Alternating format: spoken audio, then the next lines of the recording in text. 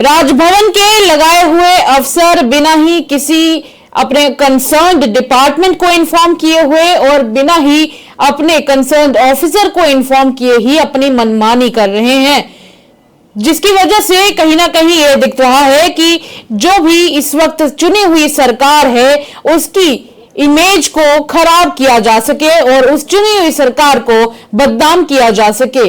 ये अल्फाज मेरे नहीं बल्कि जम्मू कश्मीर के वजीर आला उमर अब्दुल्ला के हैं। आप लोग अच्छे से जानते हैं कि कंट्रोवर्सी बनी हुई है एक बहुत बड़ी, और इस बुलडोजर कंट्रोवर्सी के चलते अब बात जा पहुंची है जम्मू कश्मीर की सरकार के पास। द प्राइम टाइम शो देख रहे हैं आप और इसी में हम बातचीत इसके बारे में करने वाले हैं। और दूसरी तरफ आज नेशनल कॉन्फ्रेंस की जो मीटिंग कंक्लूड हुई है उसके ऊपर भी चर्चा करेंगे। आपको बता दें कि आज इस मीटिंग का दूसरा और आखिरी दिन था और इस मीटिंग के चलते आज कई सारे अलग अलग लोकेशंस में यही देखने को मिला कि जहां पर अलग अलग इलाकों में बुलडोजर चला, उसके बारे में फिर जब जम्मू कश्मीर के वजीर आला से बातचीत की गई तो उन्होंने फिर जनता के लिए मैसेज भी दिया और मीडिया के भाई बंधुओं से बातचीत भी की। पर चलिए इसकी तरफ रुख करने के लिए हमारे साथ शाहिद हसन जुड़ चुके हैं, शाहिद से बातचीत करेंगे। शाहिद, मेरी आवाज सुन पा रहे हैं आप? जी। शाहिद, ये बुलडोजर कंट्रोवर्सी बनी हुई है और आज जम्मू कश्मीर के सीएम उमर अब्दुल्ला ने यह कहा है कि बिना इलेक्टेड गवर्नमेंट को इन्फॉर्म किए हुए, बिना उन्हें इस बात की जानकारी दिए हुए, राजभवन के लगे हुए ये जो कर्मचारी हैं ये खुद ही चले जाते हैं अपनी मर्जी से, ना अपने डिपार्टमेंट को इन्फॉर्म करते हैं ना इलेक्टेड गवर्नमेंट को इन्फॉर्म करते हैं और चले जाते हैं अपनी मनमानी करने के लिए, जिसकी वजह से ऐसा लग रहा है कि इस सरकार को बदनाम करने की कोशिश की जा रही है। तो फिर ये ताना आखिर आज किसके लिए मारा गया है शाहिद? जी बिल्कुल, आपको बता दूं सेंट्रल वर्किंग कमेटी की बैठक जो है कल से ही शुरू हुई थी और आज जो है सेंट्रल वर्किंग कमेटी की बैठक खत्म हुई। इस बीच हमने देखा कि कल जब हमने देखा कि जम्मू कश्मीर के अंदर डिमोलिशन ड्राइव चली जेडी के जानिब से, कल जो है इसमें जम्मू कश्मीर के चीफ मिनिस्टर उमर अब्दुल्ला ने बात नहीं की, मगर आज उन्होंने इस तरह बात की। उन्होंने कहा कि जहां तक जेडी की बात है ये डिपार्टमेंट जो है मिनिस्टर से नहीं पूछता, किसी से भी नहीं पूछता, अपना मनमानी करता है। तो कहीं ना कहीं जो है उमर अब्दुल्ला का ये कहना है कि शायद एडमिनिस्ट्रेशन उनके साथ कोऑपरेशन नहीं करते हैं। इसी तरह के अल्फाज उसने जो है इस्तेमाल किए। उसने ये भी कहा कि ये मेरे लगाए हुए अफसर नहीं है, मैंने इनको नहीं लगाया है, ये राजभवन के अफसर लगाए हुए हैं। यानी कहीं ना कहीं हम ये कह सकते हैं कि हमने देखा कल जब ड्राइव चली, परसों ड्राइव चली, उमर अब्दुल्ला खामोश भी 2 दिन रहे, ये बड़ी बात है। 2 दिन खामोश रहे, 2 दिन के बाद जो है जब उन्होंने देखा कि इसमें जो है पीपुल्स कॉन्फ्रेंस के लीडर शेख मोहम्मद इमरान ने प्रेस वार्ता की, जब उन्होंने देखा कि बीजेपी के एक्स अध्यक्ष जो है रविंद्र रैना वो उस पर जम्मू जाते हैं, उन लोगों से मुलाकात करते हैं, इन पर जेडी की कार्रवाई होती है, तो आज उन्होंने कहा कि मुझे पूछे बगैर वहां जाते हैं। यानी कहीं ना कहीं बड़ी और मोटी बात कही कि मुझे इस चीज की पता नहीं, मुझसे पूछा नहीं जाता है। जी, क्या लगता है कि इसके जरिए किसकी मनमानी दिखाने की कोशिश कर रहे हैं सीएम उमर अब्दुल्ला? क्या वो ये दिखाने की कोशिश कर रहे हैं कि कंट्रोल उनके हाथ में नहीं है, ये बताने की कोशिश कर रहे हैं सीएम उमर अब्दुल्ला? देखो ये लग रहा है कि शायद जो आगा सईद रुहुल्ला मेहदी कह रहे हैं शायद उस पर स्टैप मार रहा है, क्योंकि वो भी कह रहे हैं कि डाउन पावर सिस्टम है। और आज उमर अब्दुल्ला खुद ये कह रहे हैं कि जनाब जब जेडी की जानिब से कार्रवाई की गई या जब कश्मीर के अंदर किसी जगह कार्रवाई की जाती है या जम्मू प्रोविंस के अंदर, मुझे मालूम नहीं होता होता है, वो करता है। तो कहीं ना कहीं जो है नाराजगी शायद दिखा रहे हैं। शाहिद, आपकी आवाज बहुत नेटवर्क डिस्टरबेंस की वजह से बहुत कम आ रही है, तो ऐसे में हम चाहेंगे कि आप इस नेटवर्क डिस्टरबेंस को फिलहाल के लिए फिक्स कर लें। वापस चलेंगे और जनता को उमर अब्दुल्ला साहब के उस बयान से जरा रूबरू करवाते हैं कि आज जम्मू कश्मीर के सीएम उमर अब्दुल्ला ने क्या कहा है। सियासत हो रही है सर, इसके बारे में जरा बता दें। राजभवन के लगाए हुए अफसर अपनी मर्जी से बिना इलेक्टेड गवर्नमेंट की इजाज़त लिए, बिना कंसर्न्ड मिनिस्टर को कॉन्फिडेंस में लिए बुलडोज़र इस्तेमाल करें। इसका सीधा सीधा मतलब ये निकाला जाएगा कि इलेक्टेड गवर्नमेंट को कहीं ना कहीं बदनाम और जलील करने की एक बहुत बड़ी साजिश रचाई जा रही है। इसीलिए हम बार बार कहते हैं कि हमारे डिपार्टमेंट में जो फील्ड स्टाफ हैं उन्हें लगाने की इजाज़त हमें होनी चाहिए।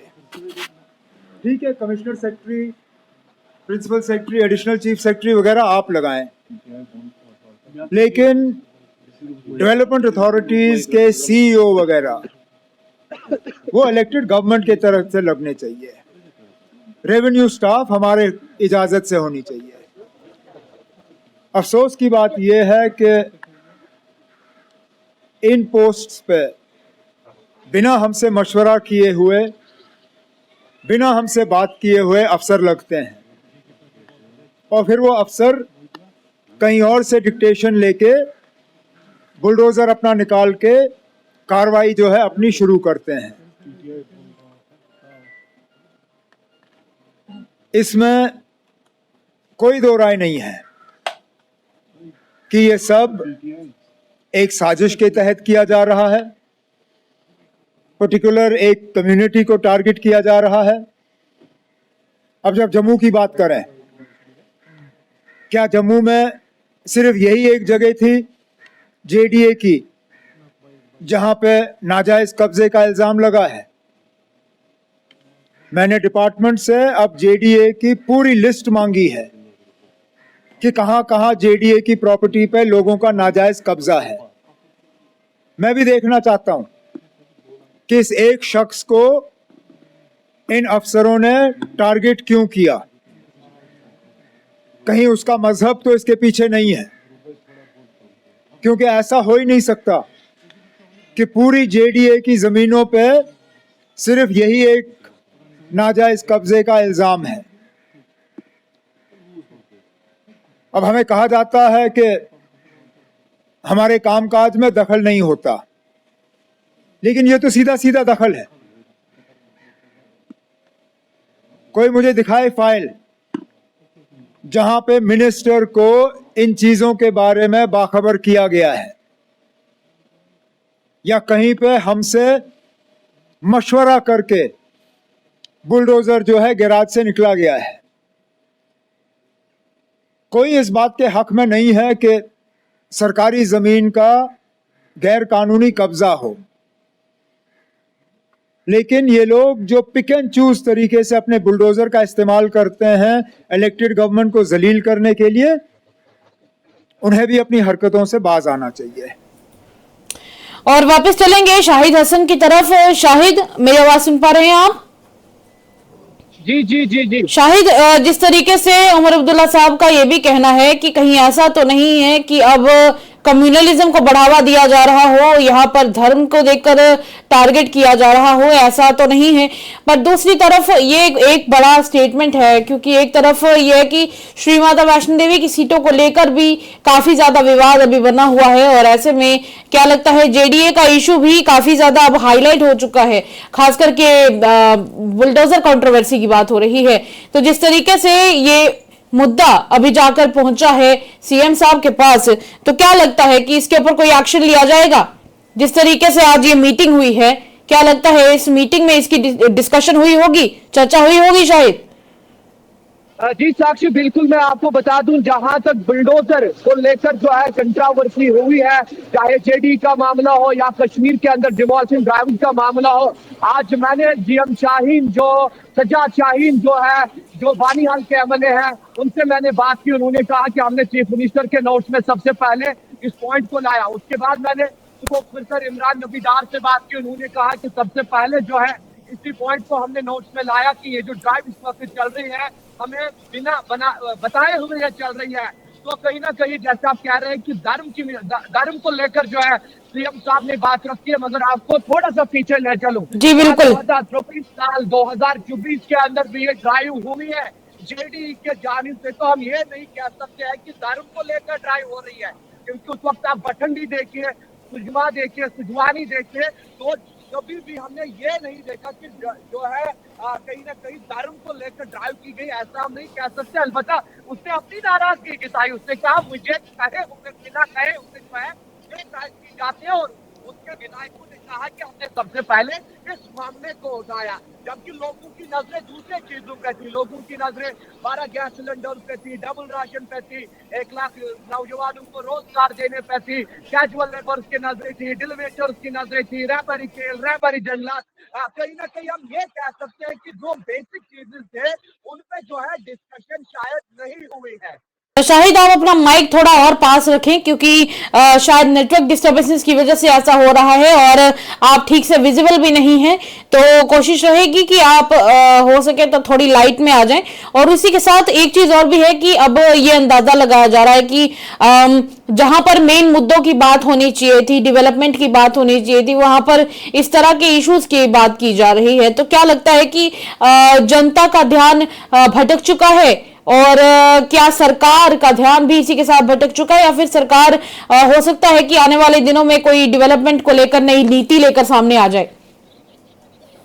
जी साक्षी, बिल्कुल मैं आपको बता दूं, जहां मैंने पहले आपको कहा ये कि अवामी मुद्दों को लेकर बात होनी चाहिए थी, क्योंकि जब हम नेशनल कॉन्फ्रेंस के कुछ विधायकों से मिले, उन्होंने कहा कि हमने बात इस पे की कि कुछ जगह पे हमारी सुनवाई नहीं होती है, या हमें बहुत ज्यादा कहीं ना कहीं मुश्किलों का सामना करना पड़ता है। अब देखिए, आपने किसका वोट लिया है? हर किसी पॉलिटिकल पार्टी ने इस बार मैनिफेस्टो बनाया था। कैजुअल लेबर बेचारा परेशान, डिलीवेटर बेचारा परेशान, जम्मू कश्मीर का पड़ा हुआ युवा परेशान।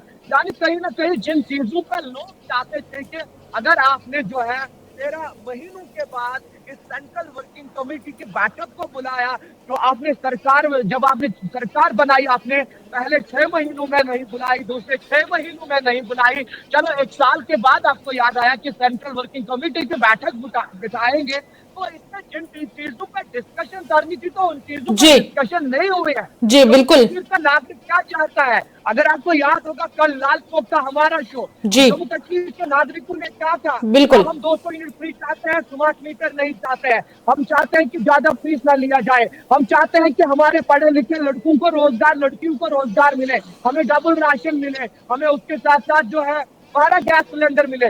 जब उन पर बात ही नहीं हुई तो लोगों की रिएक्शन हम 2-3 दिन से यहाँ लाल चौक में कर रहे हैं, तो लोग परेशान है। लोग कह रहे हैं कि इससे अच्छा था जब एलजी साहब की सरकार थी, हमें तो कहीं ना कहीं जो है सहूलियतें मिल रही थी। ये लोगों का कहना है, मेरे अल्फाज नहीं है। कल आपने रिएक्शन देखी होगी, परसों रिएक्शन देखी होगी, उससे पहले रिएक्शन देखी होगी।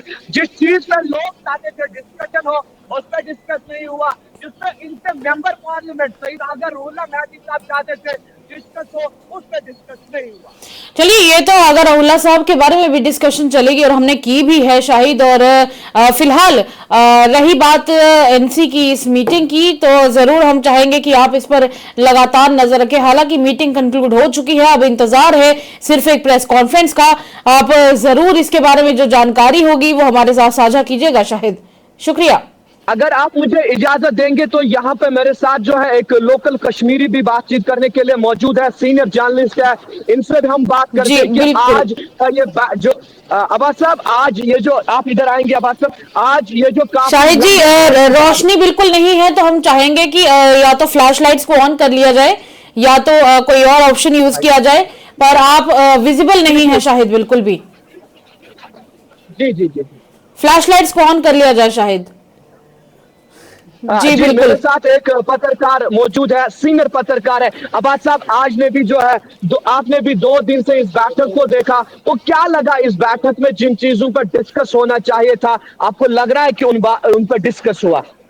देखिए, शायद जिस मौजू पे आप बात कर रहे हैं, जो आपकी एंकर है, काफी अच्छी,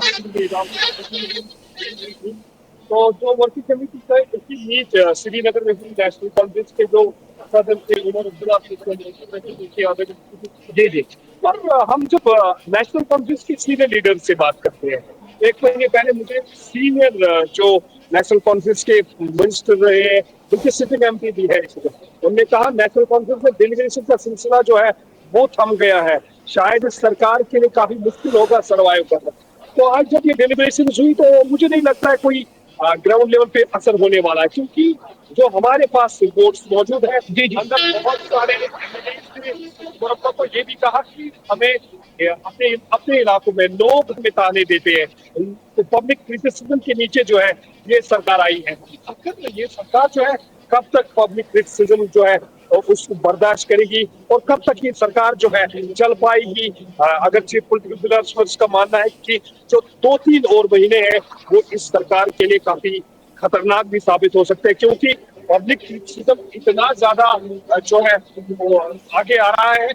जो एमएलए साहिबान है जिन्होंने अपने इलाकों में चाहे हम पानी की बात करेंगे, बिजली, और मैं आपको यहाँ पे बताता चलूं, जब भी इलेक्शन हुआ तो नेशनल कॉन्फ्रेंस ने पॉलिटिकल इश्यूज पे, जिस तरह से अगर रूल साहब कह रहे हैं कि पॉलिटिकल इश्यूज पे बातचीत होनी चाहिए, मगर नेशनल कॉन्फ्रेंस ने कहीं ना कहीं वो चीजें जो है भूली है, और जो बुनियादी चीजें उनके मैनिफेस्टो में थी, चाहे हम बिजली की बात करेंगे, पानी की बात करेंगे, गैस सिलेंडर्स की बात करेंगे, या जो नौकरियों की बात करेंगे, अपॉइंटमेंट एडवर्टाइजमेंट ऑफ पोस्ट की बात करेंगे, उस तरह से भी जो है अच्छी शुरुआत की बातें नहीं आई है। अब्बास साहब, कैजुअल लेबर, डिल वेजर्स का मामला है, आज भी कुछ नहीं हुआ, क्या लगता है? देखिए शाहिद साहब, आप कैजुअल लेबर और बिल वेजर्स की बात कर रहे हैं, सरकार को चलने के लिए फंड्स नहीं है, सरकार के पॉलिसीज क्या है, आगे आपको 4 साल किस तरह स्टेट में जो है यूटी में चलना है, ये बड़ा सवाल है।